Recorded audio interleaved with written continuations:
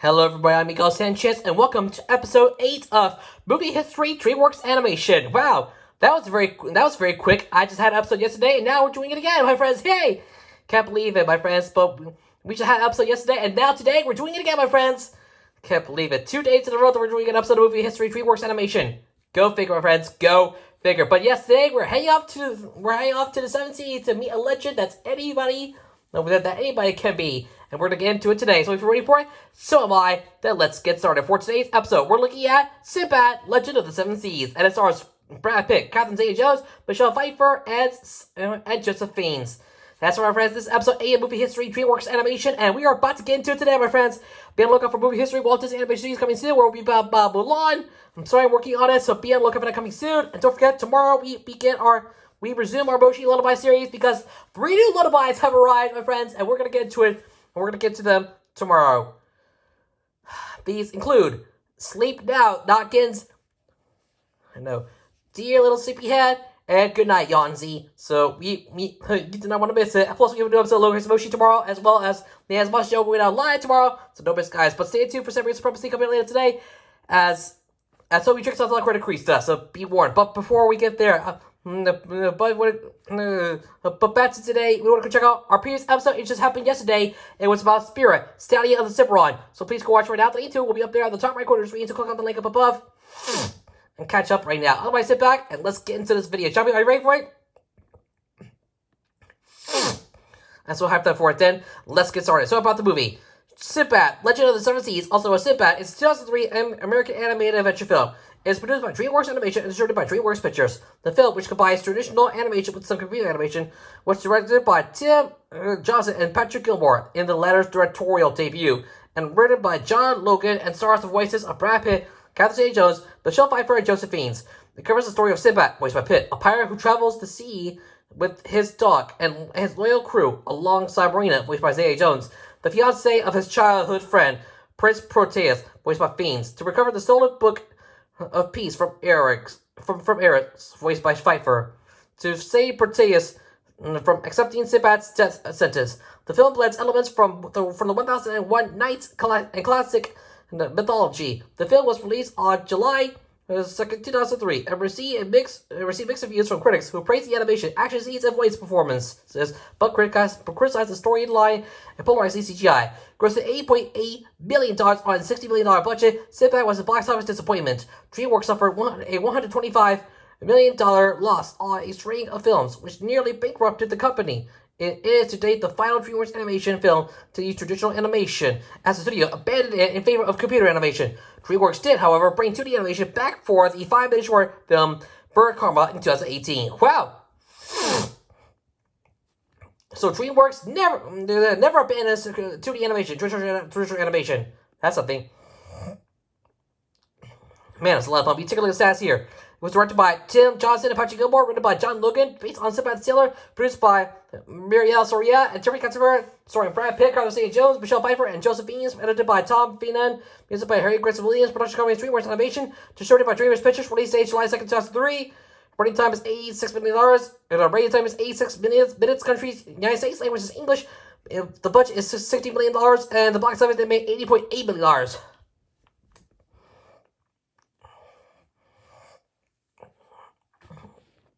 Told you it was a box office disappointment. But yeah, let's get to the plot of the film.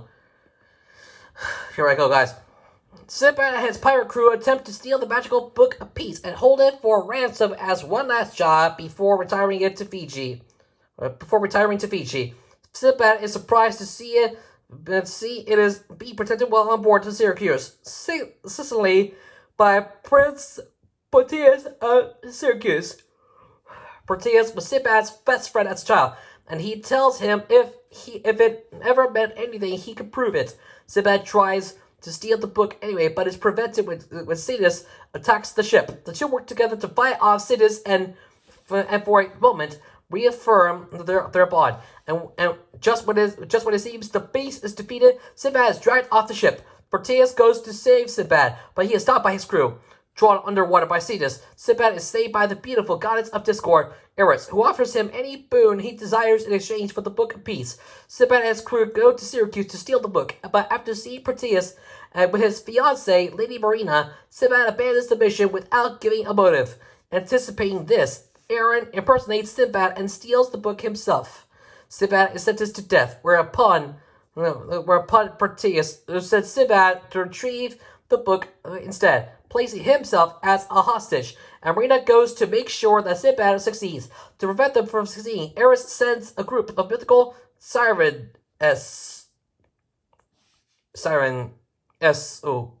forgot to put it in there, but that's okay. Who entrance and seduce the men aboard Sinbad's ship with their hypnotic singing voices, but do not affect Marina, who pilots the ship to safety and wins the favor of the crew. However, as she and Sinbad continue to argue with each other, Eris notices their disharmony and sends in a rock. Oh boy. The rock captures Marina, but she is rescued by Sinbad, and they successfully defeat the creature, causing a reconciliation between the two. After these and other incidents, Sinbad and Marina talk a brief moment of peace. Marina reveals that she's always dreamed of a life on the sea, and Sinbad reveals that he distanced himself from Proteus 10 years earlier because he loved Marina. They suddenly then reach and enter Eris's realm, where she reveals that her plan was to maneuver Proteus into Sinbad's place, leaving Syracuse without a hair and collapse into chaos. Through Marina, Eris agrees to surrender the Book of Peace only if Sinbad truthfully tells whether he will return to Syracuse to accept the blame and be executed if he does not get the book. She gives him her word that she will honor the deal, making it unbreakable even for God. When he answers that he will return, Eris calls him a liar and returns him and Marina to the mortal world. Ashamed, Sinbad admits the goddess of discord is right, truly believing deep down that he is a selfish, black-hearted liar, only for Marina to tell him she is wrong, giving Sinbad a change of heart. In Syracuse, the time allotted to Sinbad has elapsed. Proteus readies himself to be beheaded, but at the last minute, Sinbad appears and takes place. An enraged Eris appears suddenly and saves Sinbad by shattering the executor's sword to pieces. Sinbad, shocked, realizes that this was still part of her test, and that he has beaten her by proving his answer to be true after all. Eris is furious, but cannot go back on her word as a goddess, and begrudgingly gives the book to Sinbad. With the true culprit revealed, Sinbad is pardoned for the crime of stealing the book and is now well respected. With the book restored to Syracuse, Proteus and Sinbad leave still as the best of friends. Sinbad and his crew prepare to leave on another voyage, leaving Marina in Syracuse. But unbeknownst to him, Proteus sees that Marina has fallen deeply in love with Sinbad and life on the sea and releases her from their engagement, sending her to join Sinbad's ship. Marina surprises Sinbad by revealing her presence on the ship just as it begins to sail, and the two share a kiss. Now together, they and the crew set out on another long voyage as the ship sails into the sunset. Right, now that's the plot of the film. Let's take a look at the voice cast for the film. Brad Pitt as Sinbad, an adventurous pirate and sailor who plans on retiring to Fiji. Catherine Zeta-Jones as Lady Marina, a princess and Thracian ambassador to Syracuse. Michelle Pfeiffer as Eris, the beautiful and manipulative goddess of discord and chaos, who wants to create destruction throughout the world. Joseph Fiennes as Prince Proteus, of Syracuse. Prince Proteus of Syracuse. Sinbad's noble childhood friend and Marina's fiancé. Dennis Haysbert as Kale, Sinbad's first mate. You remember Dennis Haysbert? He was the spokesperson for Allstate. Allstate Insurance. That's Allstate's in. Or you in good hands. Adriano Giannini as Rat, an Italian lookout of Sinbad's crew. Timothy West as King Giamis of Syracuse, Proteus' father. Jim Cummings as Luca, an elderly member of Sinbad's crew. Conrad Verna as Jed, a comically heavily armed member of Sinbad's crew. Rahman Hui as Jin, an Asian member of Sinbad's crew who frequently makes bets with Lee. Chung Chun as Lee, an ancient member of Sinbad's crew who frequently makes bets with Jin, Andrew Birch as Grum and Chum, members of Sinbad's crew, Frank Welker, who uncredited, and Spike, Sinbad's pet mastiff, who Marina growls a soft spot for. Sorry, I know, Frank Welker didn't make it to the credits. Too bad. Gotta get in here. And finally, Chris Miller as the tower guard. So, yeah, that's all I gotta say. Moving on to production, let's go to development.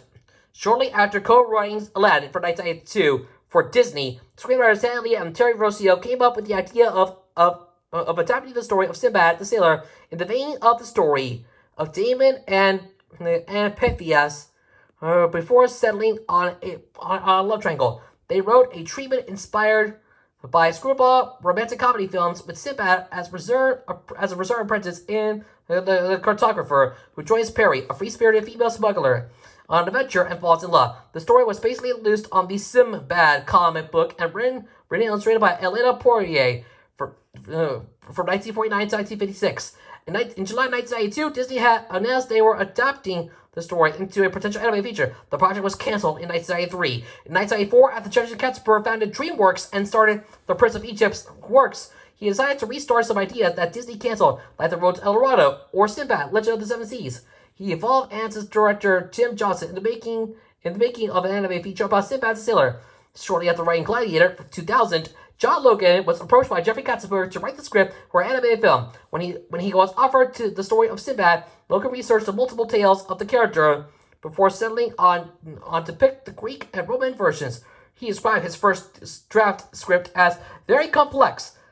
The relationships were very adult. It was too intense in terms of the drama for the audience that this movie was aimed at. Okay, so that's good. Continuing on, we go to animation as production continues. It's a big one, my friends. Long line, so get ready for it. Here goes something. In January 2001, it was reported that DreamWorks Animation would completely transfer their animation workflow into using the Linux operating system. Previously, their animation and rendering software had used Silicon Graphics, image soft servers, and workstations.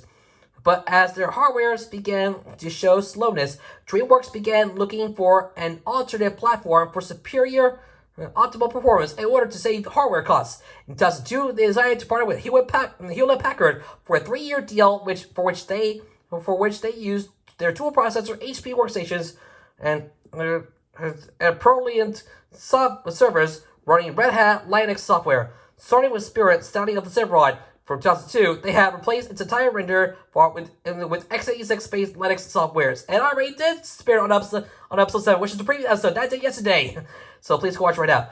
Sinbad, Legend of the Seven Seas, was the first DreamWorks animation production to completely use Linux software, with more than 250 workstations used. Starting with storyboards, the artists first drew sketches on paper to visualize the scene, which were later edited into animatics. For the character animation, rough character sketches were passed through the Toon Shooter software, which digitized the sketches. From that point, the animators were able to easily integrate the animation into existing scenes.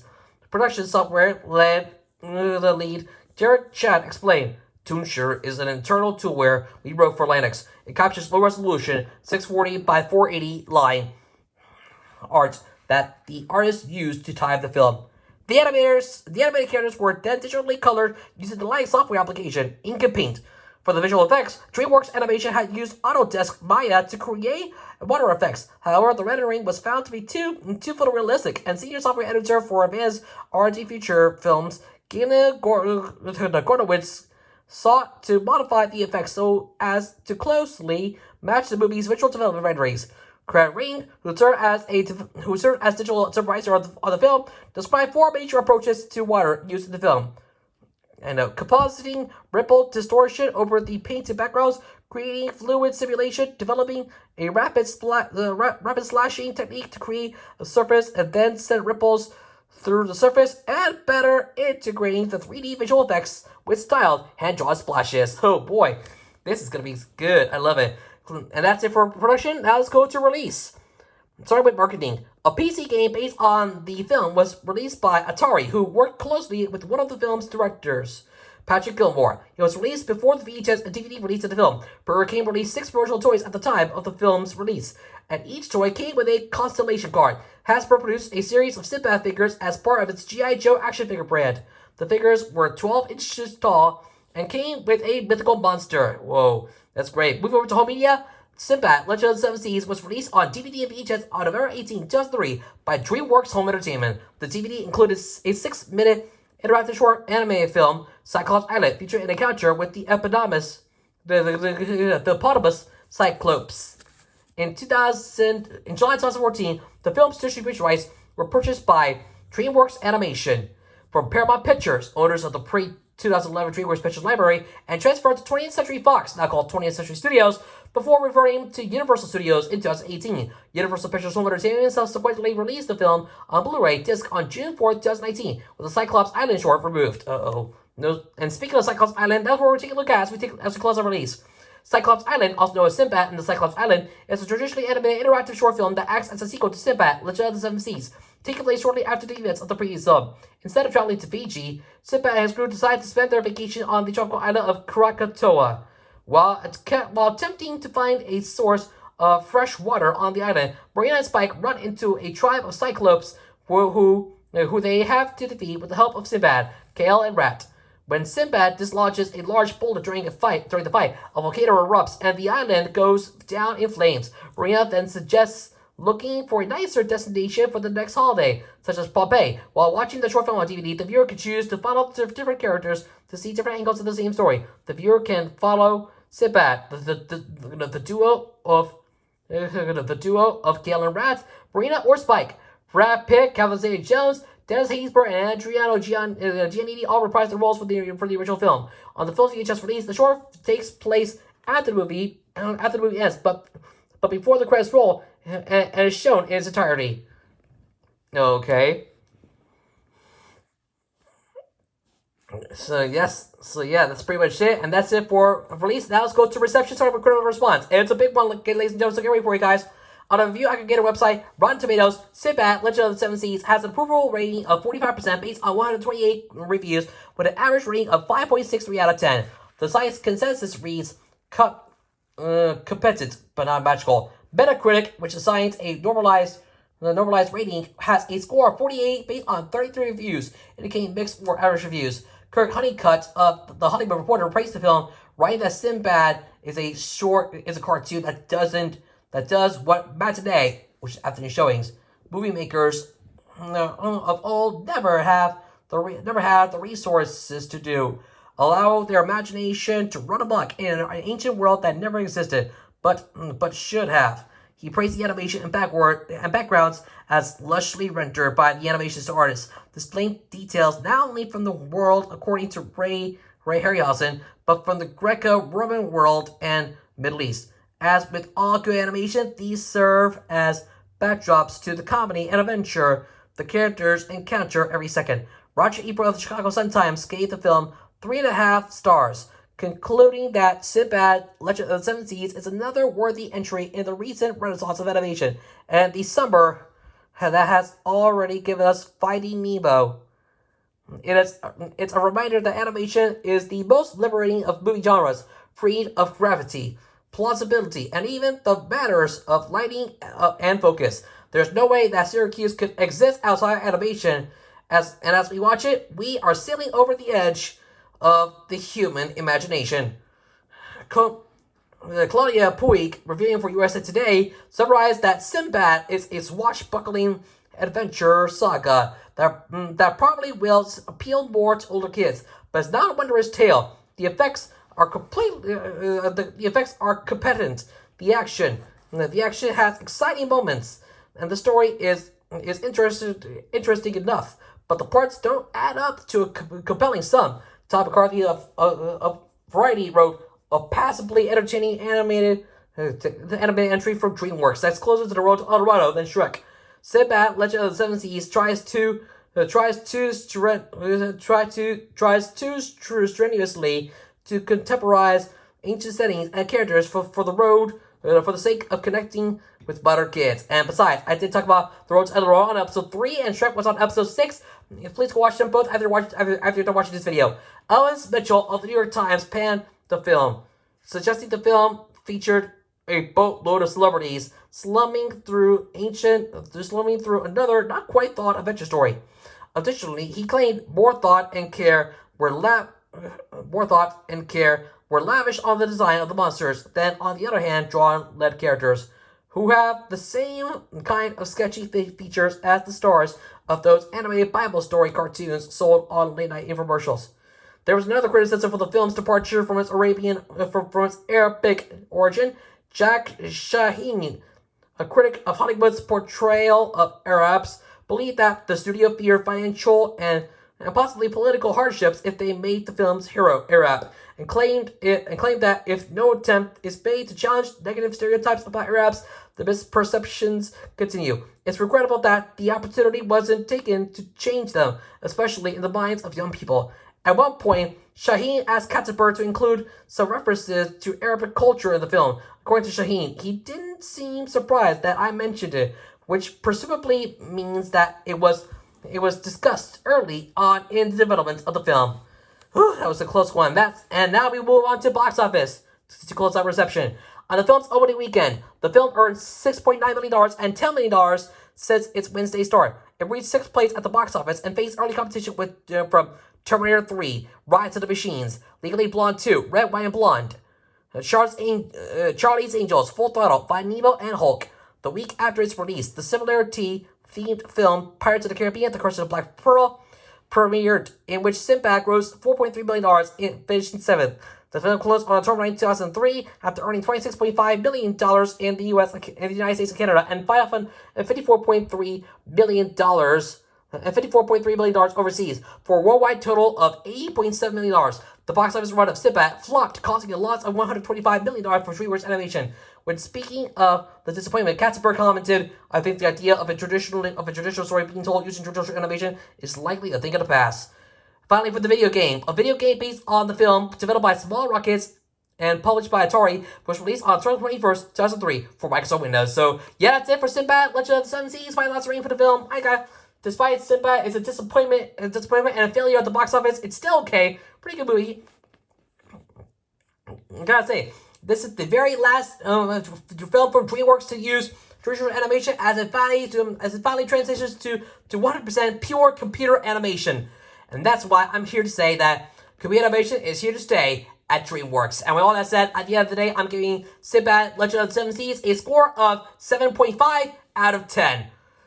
Good to great. Yeah, good to great. That's a 50-50 good, 50-50 great. It's still okay, but yes, it's good to great, my friends. Anything is possible. So, yeah, just gotta say that this is definitely a good movie, a great movie. Either way, Sinbad, Legend of the Seven Seas is definitely a must-watch for everyone. You go, Sinbad. Thank you, DreamWorks. However, it's just my personal conservative opinion. You can feel free to read or disagree in the comment section below. With all that said, guys, that's it for today. Thanks for watching another episode of Movie History, DreamWorks Animation. Hope you guys had a lot of fun.